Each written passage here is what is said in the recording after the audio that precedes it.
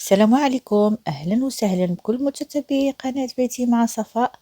كنرحب بكم في فيديو جديد، وكنتمنى تكونوا في أحسن الأحوال نتوما كتشاهدوه وبصحة جيدة إن شاء الله. اليوم اقترحت عليكم واحد البسبوسة بالكريمة والكنافة، وصفة سهلة وكتجي أكثر من رائعة. هاد الحلوى متميزة عند الشرقيين، كتجي لذيذة في المذاق. مهم بلا ما نطول عليكم، المراحل كاملة عتشاهدوها في الفيديو. كل حاجة بالتفاصيل ديالها، خليكم معايا، فرجة ممتعة.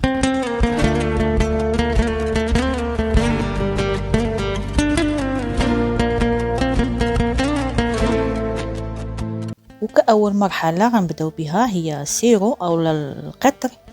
غنعملو هو اللولي باش نخليه يبرد.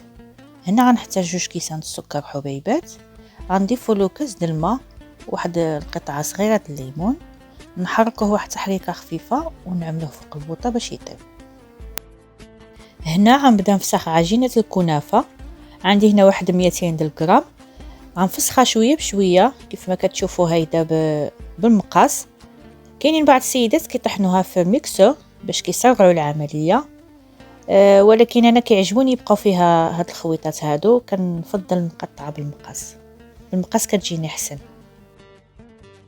عملت واحد الملعقه السكر الناعم، غنغربلو هيدا شويه اللي غنضيفو على عجينه الكنافه، وغادي نبدا ندخل داك السكر بلاصي في العجينه ونضيف الزبده مذوبه. عملت هنايا 2 مغارف كبارين ديال الزبده ومغرفه صغيره د السمن المغرب. اللي ما كيعجبوش السمن المذاق د السمن يمكن يستغنى عليه. كنبقى نرمل الكنافه بديك الزبده مزيان، نعطيها الخطر شويه.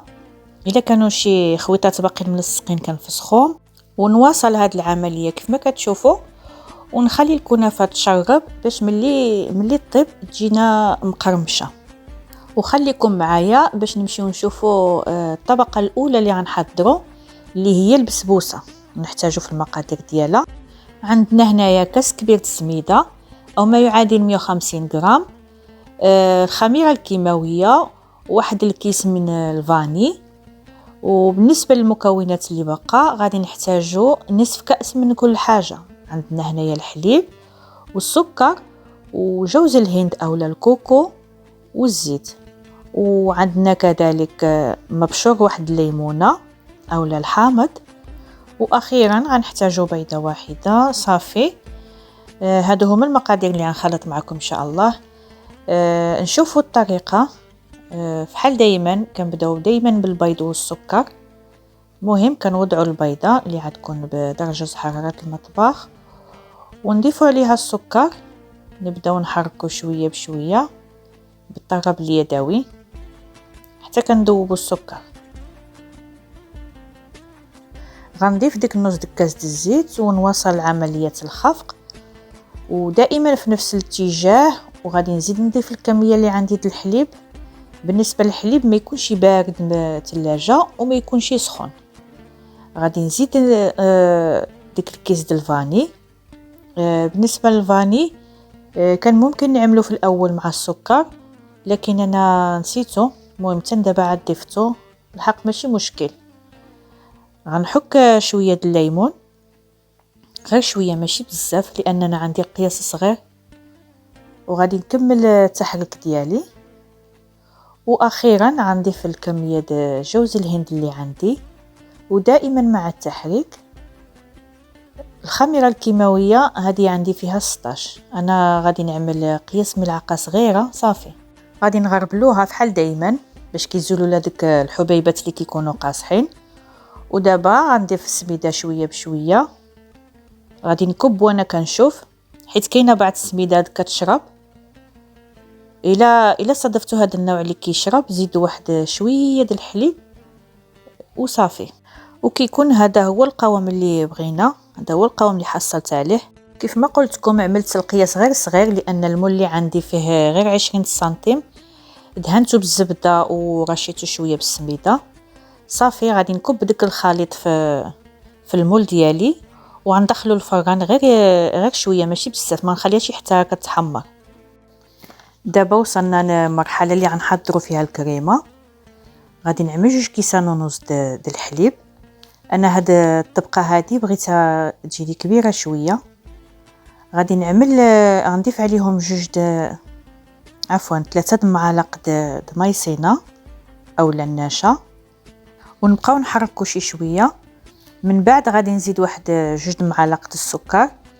المهم ما نعملوهاش حلوه بزاف، حيت هاد الكريمه هذه غتجي بين الكنافه والبسبوسه، وبجوج بهم غادي يكونوا مسقيين بالقطر، والقطر عندنا حلو بزاف. خاصنا نحركو مزيان باش ما يبقاوش رواسب في اسفل الاناء، باش ملي نزلوهم فوق البوطه ما يتحرقوش. غنزيد نضيف واحد 2 مغارف كبارين د ياغوت طبيعي، وتقريبا واحد 2 مغارف اخرين د الجبن اللي كندهنوا به الخبز، اي نوع بغيتو. يمكن لكم تستعملوا الجبن د فيلادلفيا اولا لا باشكيري، اولا حتى داك الجبن اللي كيتباع عند البنات. من بعد غندمجوا جميع العناصر وغنعملوهم فوق البوطه، واكيد غنبقاو نحركو مزيان، ما نغفلوش عليها مره حتى كطيب. وكيكون هذا هو القوام ديالها، كتجي خاتره. وكاضافه صغيره غنعمل واحد المعلقه صغيره د ماء الزهر اللي كيعطيها واحد الطعم لذيذ بزاف. ما تخيلوش الريحه اللي كانت طلقه ملي كانت كطيب. البسبوسه خرجتها من الفران، ما خليتهاش حتى تحمر لان باقا نرجعها ليلو. دابا نسقيها بديك القطر اللي سبق لي وجدت معكم، وحتى هو كنت زيت له واحد شويه د الماء زهر. انا ضفتكم واحد الفيديو صغير. دابا غنكب الخليط د الكريمه اللي حضرت معكم، غنكبوا على هاد البسبوسه هيدا كيف ما كتشوفوا معايا. وغادي نجيب شي سباتولا وغادي نبقى نعوطها هيدا. الصراحه الله هاد الكريمه هذه يقدر الواحد يعملها في الكيسان ويعملها مكسرات وصافي، ها هي وجده. الصراحه الله المذاق ديالها كيحمق. مهم كنبقى نعوض بهذه الطريقه، وخليكم معايا. غنجيبوا الكنافه ديالنا وغادي نوزعوها على هاد الطبقه هذه د الكريمه. غادي نعوطوها هيدا شويه بشويه.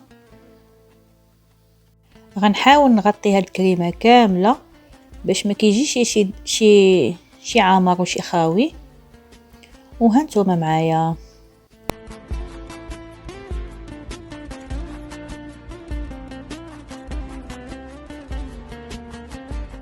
كنضغط غير بشويه بحال هاد الطريقه هذه باش كل شعيره كتشبر مطعه، ما كتبقاش كتظهر هاد الطبقه هذه مخربقه، حتى المنظر ديالها كيجي مزيون.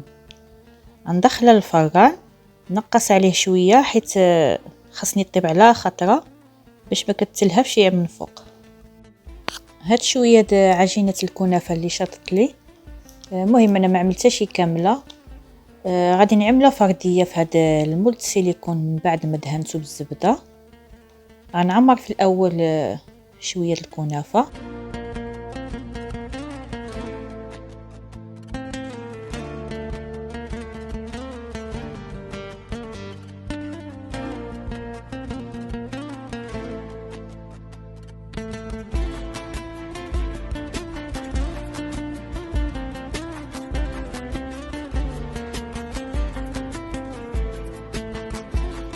غنضغط عليهم بشي كاس ونعمل شويه د الكريمه. هذيك غير بقات في الكاسرونه، ما كنتش عارفه بانني غادي نعمل هاد الصغيورين هادو في هاد المول. نغطيهم بديك الشعيرات الكنافه اللي باقين، وغادي ندخلهم يطيبوا حتى هما. وخليكم معايا.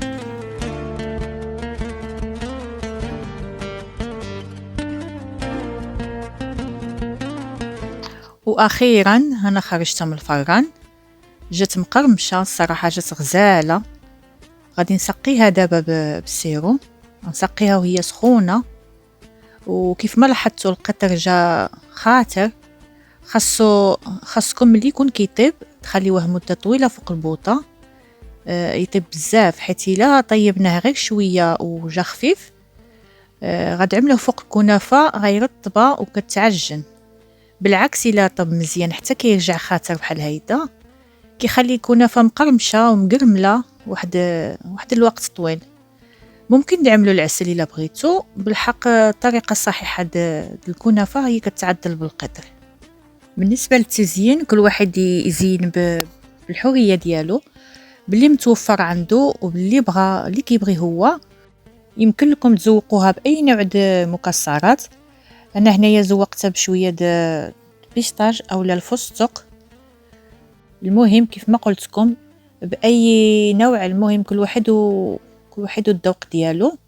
المهم هو المذاق. صراحة هاد الوصفة كتجي لذيذة بزاف، كتعجب الكبير والصغير. وكيف ما تابعتو معايا الطريقة ديالها جد سهلة. الى عجبتكم ما تنسوش تشجعوني باللايكات ديالكم والتعاليق المحفزة، باش دائما نبحث على الجديد ونقدم لكم في احسن صورة. وهالكنافات ديالنا الصغيورين حتى هما خرجتهم من الفران، حتى هما خليت لهم القطر ديالهم باش غنسقيهم. ونخليكم مع الشكل النهائي ديال الوصفه ديال اليوم. كنتمنى لنا الاستحسان ديالكم، وإلا كنتي اول مره كتشاهد القناه كنتمنى تابونا عندي وتضغط على زر الاشتراك باش دائما توصل بكل ما هو جديد.